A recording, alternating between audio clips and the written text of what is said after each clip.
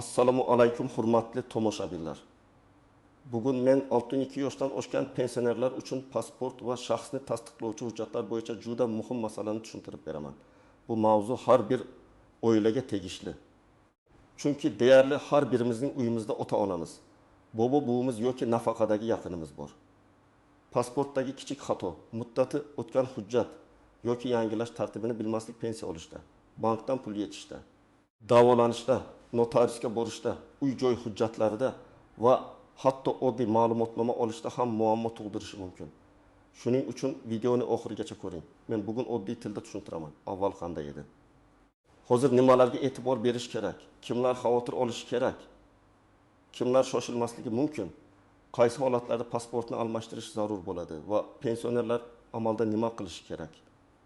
Hozirning o'zida kanalga obuna bo'ling, like bosing.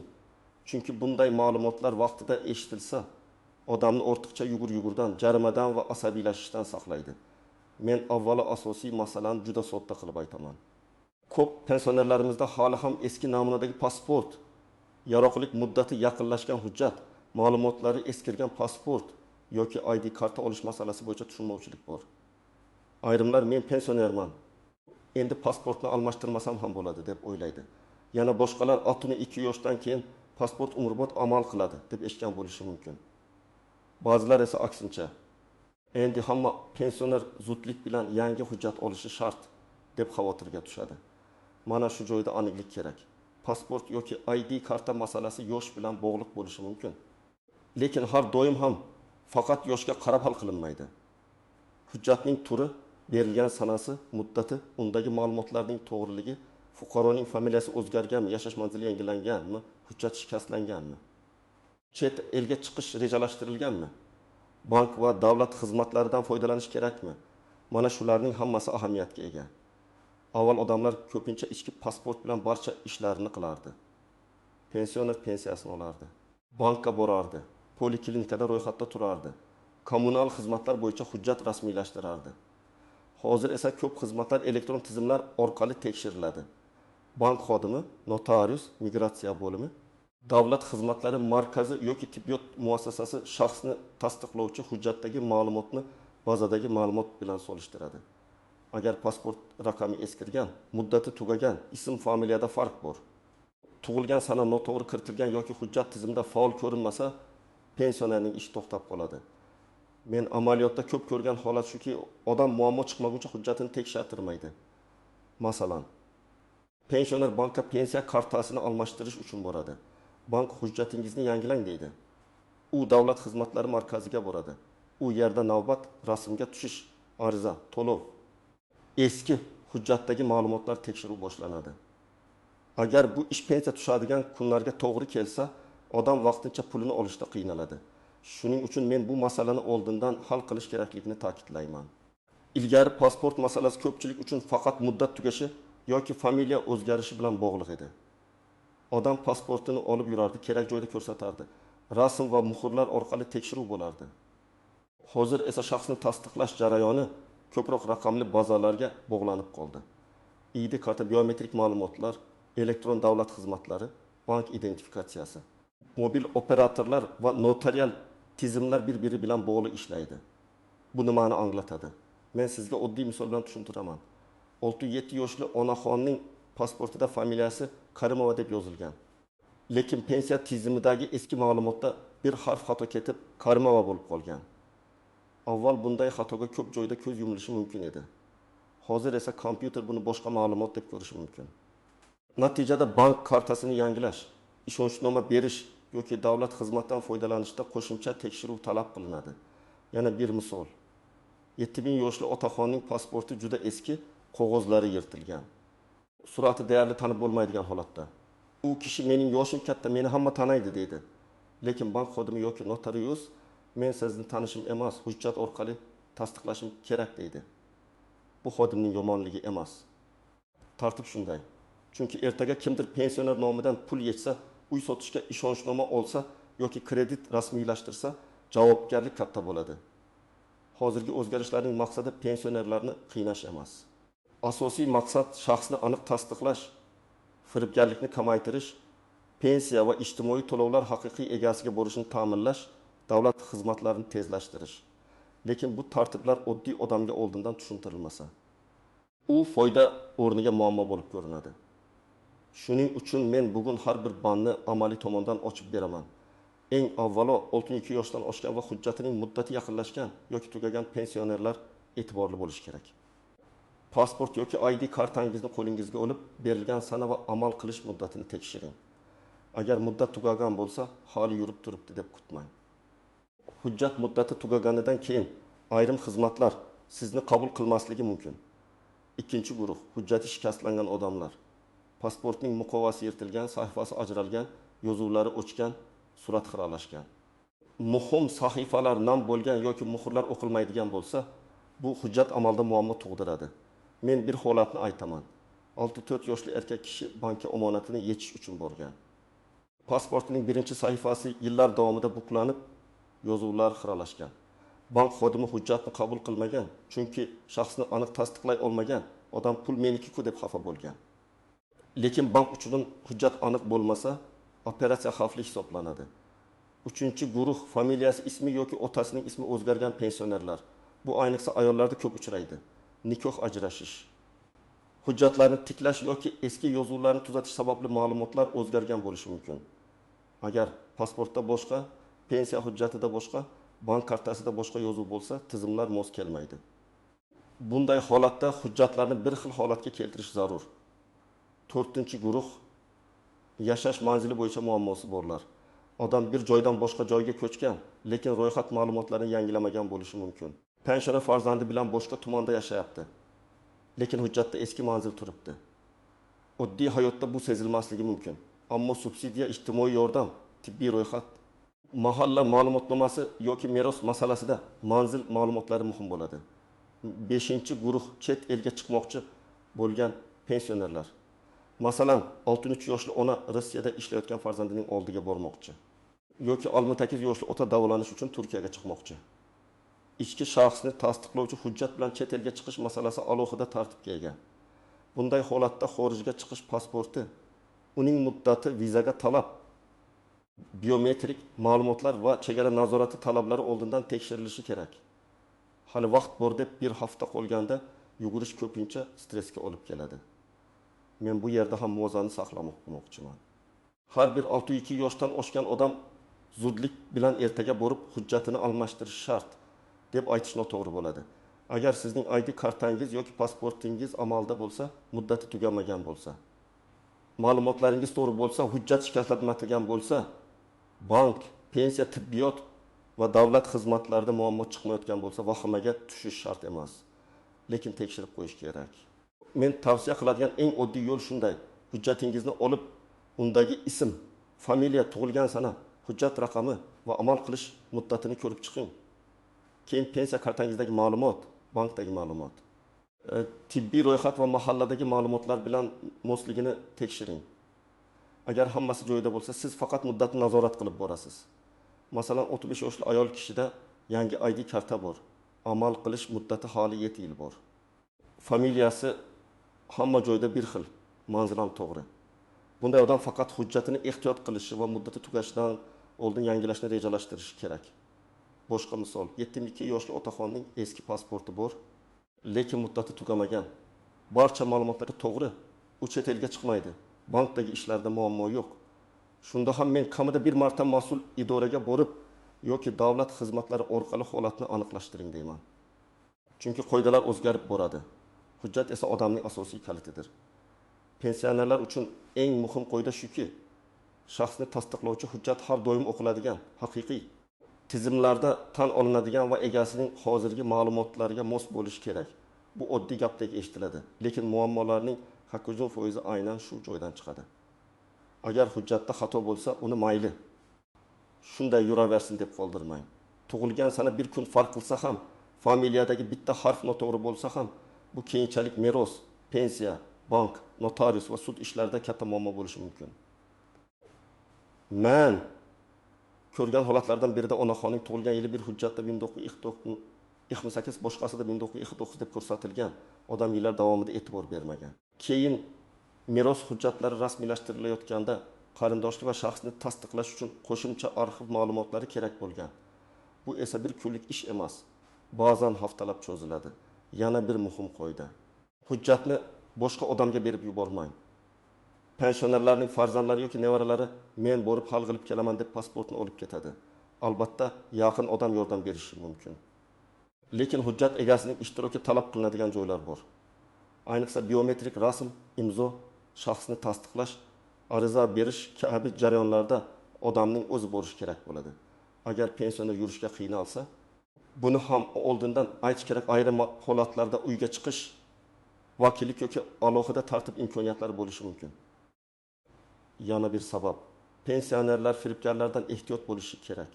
Kimdir telefon qilib pasportingiz eskirdi, biz yangilab beramiz, pul tashlang desa ish olmang. Hujjat masalasi faqat rasmiy idoralar, davlat xizmatlari markazlari yoki vakolatli migratsiya bo'linmalari orqali hal qilinadi. Hech kimga pasport nusxasini, PIN kod, bank karta raqami, SMS kod yoki elektron imzo ma'lumotlarini yubormang. Pasportdagi ma'lumot bilan ham firibgarlik qilish mumkin. Shuning uchun ehtiyot bo'lish shart. Birinchi vaziyat. 62 yoshli ayol kishi yangi pensiyaga chiqqan. U pensiya kartasini olish uchun bankka boradi. Bank xodimi shaxsini tasdiqlovchi hujjatni so'raydi. Hujjatdagi familiya nikohdan keyingi, lekin pensiya hujjatlarida eski familiya qolgan. Natijada bank karta ochishni vaqtincha to'xtatadi. Bu yerda muammo bankda emas. Muammo ma'lumotlar mos kelmasligida. Bunday holatda avval familiya o'zgarishini tasdiqlovchi hujjat, masalan nikoh guvohnomasi yoki tegishli dalolatnoma yozuvi kerak bo'ladi. Keyin pensiya organi, bank va shaxsni tasdiqlovchi hujjatdagi ma'lumotlar bir xil holatga keltiriladi. Ikkinchi vaziyat, 59 yoshli otaxon uyini nevarasiga hadya qilmoqchi, notariusga borishadi. Notarius pasportni tekshiradi va hujjatdagi surat juda eski. Odamning hozirgi ko'rinishi bilan solishtirish qiyin. Bundan tashqari pasport sayfasi shikastlangan. Notarius hujjatni yangilashni so'rashi mumkin. Nega? Chunki uy-joy bitimi katta huquqiy oqibatga ega. Ertaga boshqa merosxo'r otamiz o'zi bormagan, boshqa odam borgan desa, notarius ham, hujjat egasi ham muammoga tushadi. Shuning uchun bunday bitimlardan oldin pasportingiz ideal holatda bo'lsin. Uchinchi vaziyat. 74 yoshli ona davolanish uchun chet elga borish kerak. Farzandlari bilet olmoqchi bo'ladi.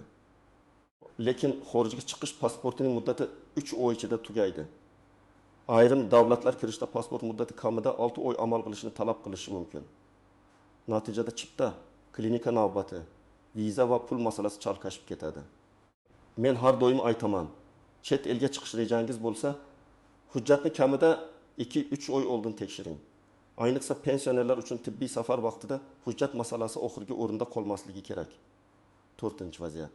6 yoshli erkak kishi pensiyasini naqd olishga odatlangan, lekin endi bank kartasi orqali olish talab qilinadi. Bank identifikatsiya qiladi. Pasport muddati tugagan bo'lsa, bank yangi karta bermasligi yoki ayrim operatsiyalarni cheklashi mumkin. Odam men har oy shu bankdan olaman-ku deydi. Lekin bank tizimi hujjat muddati tugaganini ko'rsa, xodim qo'lda ruxsat berilmasligi mumkin. Bu muammoning yechimi oddiy. Oldin hujjatni yangilash, keyin bank ma'lumotlarini yangilash. 5-vaziyat. Pensioner yolg'iz yashaydi, farzandlari boshqa shaharda. Pasportining muddati tugashiga 20 kun qolganini sezmaydi. Keyin to'satdan kasalxonaga yotish kerak bo'ladi.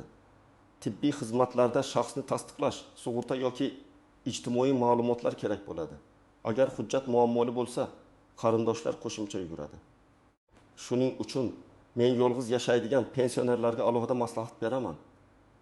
Hujjat muddati yozilgan joyini katta qilib daftar yoki kalendarga yozib qo'ying, farzandlarga ham ayting. Endi istisnolar va ko'pchilik bilmaydigan nozik jihatlarga o'tamiz. Birinchi nozik masala, yosh katta bo'lgani uchun ayrim tartiblar yengillashtirilishi mumkin, lekin bu hujjat umuman kerak emas degani emas. Davlat idoralari pensionerga yordam berishi, tushuntirishi, navbat masalasida qulaylik yaratishi mumkin. Ammo shaxsni tasdiqlash talabi bekor bo'lmaydi. Ikkinchi nozik masala ishonchnoma. Agar pensioner o'zi bora olmasa, farzandi yoki boshqa ishonchli odam orqali ayrim ishlarni bajartirishi mumkin. Lekin ishonchnoma ham notarial tartibda bo'lishi, unda aniq vakolatlar yozilishi kerak. Onamning pasporti menda. Men o'g'liman degan gap har doim yetarli bo'lmaydi. Masalan, bankdagi pulni olish, uy-joy bitimi, hujjat topshirish, ariza berish kabi ishlarning har birida vakolat aniq ko'rsatilishi kerak. 3-chi nozik masala hujjat nusxasi. Ko'pchilik pasport nusxasini har joyga beraveradi. Men buni tavsiya qilmayman. Zarur joyda nusxa beriladi, lekin kimga, nima uchun, qaysi hujjatga ilova qilinayotganini biling. Ayniqsa internet orqali noma'lum odamlarga pasport rasmi yubormang. Pensiya qo'shimchasi chiqdi, yordam puli beriladi. Pasportingizni tekshirib beramiz degan xabarlarga ishonib, hujjat rasmini yuborish xavfli. 4-chi nozik masala. Eski hujjatdagi ma'lumotlarni yangi hujjatga ko'chirishda xatolar. ID karta yoki yangi pasport olayotganda arizadagi ma'lumotlarni diqqat bilan tekshiring. Ism, familiya, otasining ismi, tug'ilgan joy. Sana, jins, fuqarolik, manzil barchasi to'g'ri yozilgan bo'lishi kerak. Mayli, keyin tuzatamiz deyish oson, lekin keyin tuzatish uchun yana ariza vaqt asab ketadi. 5-chi nozik masala pensionerning sog'ligi. Agar odamning ko'rish qobiliyati past bo'lsa, eshitishi qiyin bo'lsa, yurishi og'ir bo'lsa, hujjat ishlari uchun oldindan tayyorgarlik ko'rish kerak. Farzand yoki yaqin odam hamroh bo'lsin. Lekin hamroh odam barcha javoblarni pensioner o'rniga bermasligi kerak. Xodim shaxsning o'zini aniqlashi zarur. Agar pensioner savolni eshitmasa, sekin tushuntirish kerak. Agar imzo qo'yishda qiynalsa. Bu holat ham rasmiy tartibda hal qilinadi. 6-chi nozik masala turli idoralardagi ma'lumotlarni bir vaqtda yangilash. Pasportni yangilaganingizdan keyin ish tugadi deb o'ylamang. Bankka borib yangi hujjat ma'lumotlarini kiritish kerak bo'lishi mumkin. Pensiya bo'limi yoki tegishli tashkilot ma'lumotlarini yangilash kerak bo'lishi mumkin. Mobil aloqa operatorida SIM karta sizning nomingizda bo'lsa, u yerda ham hujjat ma'lumotlari eskirgan bo'lishi mumkin. Elektron xizmatlardan foydalansangiz, profil ma'lumotlarini tekshiring. Aks holda yangi hujjat qo'lingizda bo'ladi, lekin ayrim tizimlarda eski raqam turaveradi. Endi eng muhim qism, pensioner yoki uning yaqinlari amalda nima qilish kerak? Men buni bosqichma, hujjatni tekshiring. Pasport yoki ID kartani qo'lingizga oling. Amal qilish muddati berilgan sana. Ism, familiya, tug'ilgan sana, hujjat raqami, manzil ma'lumotlarini ko'ring. Agar hujjat yirtilgan, namlangan, rasm o'chgan yoki yozuvlar ko'rinmayotgan bo'lsa, uni yangilash masalasini kechiktirmang. 2-qadam.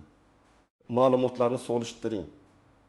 Pensiya hujjatlari, bank kartasi, tibbiy ro'yxat, nikoh guvohnomasi, tug'ilganlik haqidagi hujjatlar va mahalla ma'lumotlarida ism, familiya bir xil yozilganmi?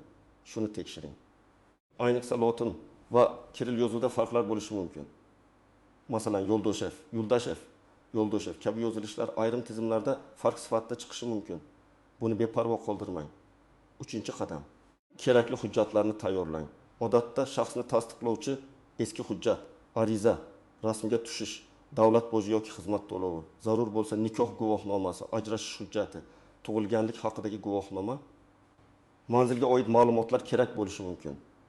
Aniq ro'yxatni yashash joyingizdagi davlat xizmatlari markazi yoki vakolatli migratsiya bo'limidan aniqlashtiring.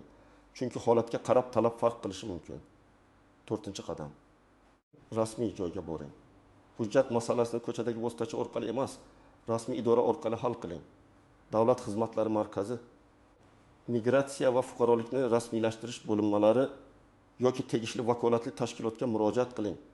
Agar oldindan navbat olish imkoni bo'lsa, navbat oling.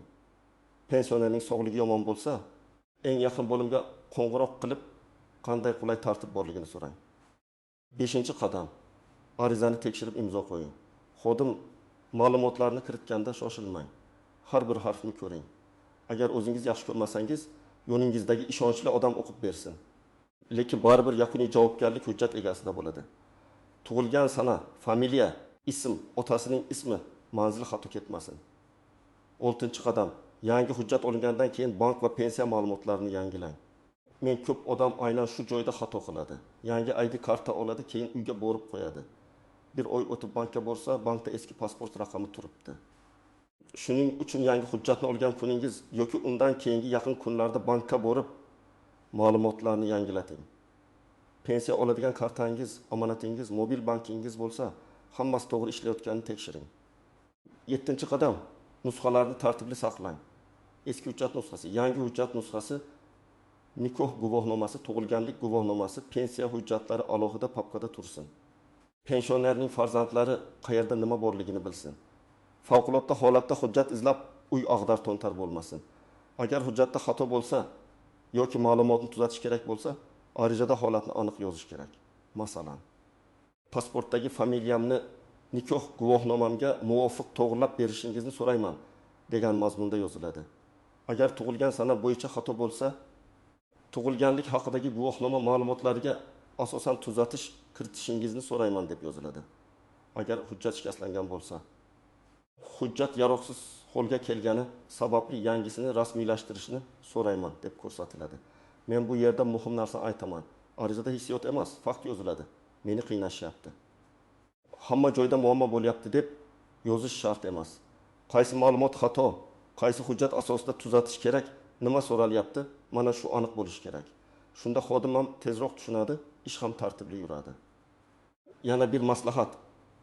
Murojaat qilganingizda sana idora nomi qabul qilgan xodim yoki ariza raqamini yozib qo'ying. Agar ish cho'zilsa, men kelgandim degan gapdan ko'ra ariza raqami va sana bilan murojaat qilish ancha samarali. Hujjat ishlarida tartib va dalil juda muhim. Birinchi xato muddati tugasa ham bo'laveradi deb yurish. Bo'lmasligi mumkin. Bir kun kelib muhim ish chiqadi va aynan shu hujjat sabab to'xtab qolasiz. Hujjatdagi xato nima edi deb bilish. Bitta harf, bitta raqam, bitta sana ham kelajakda katta muammo bo'lishi mumkin. Uchinchi xato pasportni garovga berish yoki begonalarga topshirish. Hech qachon shaxsiy hujjatingizni qarz, savdo, tanish bilish yoki rasmiylashtirib beraman degan odamga berib yubormang. To'rtinchi xato internetdagi tekshirilmagan xabarlarga ishonish. 62 yoshdan oshganlar falon sanagacha majburiy almashtirsin. Almashtirmasa pensiya to'xtaydi. Tezda pul to'lab ro'yxatdan o'ting kabi xabarlar ko'pincha odamlarni qo'rqitish uchun tarqatiladi. Har doim rasmiy manbadan tekshiring. 5-xato farzandlar hammasini biladi deb o'ylash. Afsuski farzandlar ham ba'zan tartibni aniq bilmaydi. Shuning uchun pensionerning hujjat masalasini oilada bir kishi mas'ul bo'lib nazorat qilsin. Muddati qachon tugaydi, qayerga murojaat qilinadi, qaysi hujjatlar bor. Bular yozib qo'yilsin. Hurmatli tomoshabinlar, men bugun 62 yoshdan oshgan pensionerlar uchun pasport va shaxsini tasdiqlovchi hujjatlar masalasini batafsil tushuntirdim. Asosiy fikr shuki, pensioner bo'lish hujjatga e'tibor bermaslik mumkin degani emas. Aksincha pensiya, bank, tibbiyot, meros, notarius, chet elga chiqish va davlat xizmatlari uchun hujjat yanada muhim bo'ladi. Agar hujjatingiz muddat tugamagan, ma'lumotlaringiz to'g'ri, hujjat yaxshi saqlangan bo'lsa, vahima yo'q, lekin tekshirib qo'yish shart. Agar muddat tugagan, surat tanib bo'lmaydigan, familiya yoki sana xato, hujjat shikastlangan. Manzil mos emas yoki chet elga chiqish rejangiz bor bo'lsa, kechiktirmang. Rasmiy idoraga murojaat qiling, kerakli hujjatlarni tayyorlang, arizani aniq yozing, yangi hujjat olingandan keyin bank va pensiya ma'lumotlarini yangilang. Men sizdan so'rayman, uyingizda 12 yoshdan oshgan yaqinlaringiz bo'lsa, bugunoq ularning pasporti yoki ID kartasini tekshirib qo'ying. Balki hozir 5 daqiqa vaqt ketar, lekin keyin bir necha kunlik yugurning oldini olasiz. Sizda shunday holat bo'lganmi? Pasport muddati, bank, pensiya yoki hujjatdagi xato sabab muammoga duch kelganmisiz? Fikringizni izohlarda yozing, boshqalarga ham foydasi tegadi. Videoga like bosing. Kanalga obuna bo'ling va yaqinlaringizga ulashing. Men esa keyingi videolarda pensionerlar, pensiya, ijtimoiy yordam va hujjatlar bo'yicha eng muhim masalalarni sodda tilda tushuntirishda davom etaman.